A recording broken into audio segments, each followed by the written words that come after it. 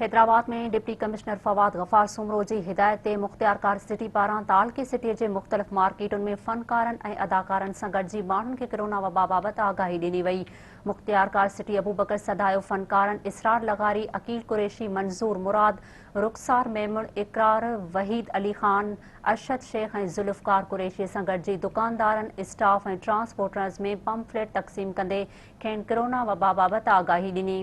मुख्तियारकार city फ़नकारनि सां गॾिजी मुख़्तलिफ़ मार्केटुनि जो दौरो करे दुकानदारनि ऐं स्टाफ खे वैक्सीनेशन करण जी सख़्तीअ सां हिदायत कई। उन मौक़े ते फ़नकारनि पंहिंजे परिस्तारनि ऐं दुकानदारनि खे अपील कई आहे त ज़िले इंतिज़ामिया सां सहकार करे वैक्सीनेशन कराए पंहिंजे ऐं पंहिंजे ख़ानदाननि जूं ज़िंदगियूं बचायो।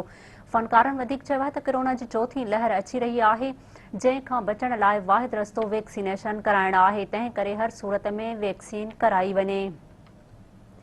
फ़नकारनि डिप्टी कमिश्नर हैदराबाद फवाद गफ़ार सुमरो जी कावशुनि खे साराहींदे चयो आहे त कोरोना जी पखेड़ लाइ DC फवाद गफ़ार सुमरो तमामु बहितरीन कोशिशूं वरितियूं आहिनि, जंहिंखे खेसि ख़िराज तहसीन पेश करियूं था।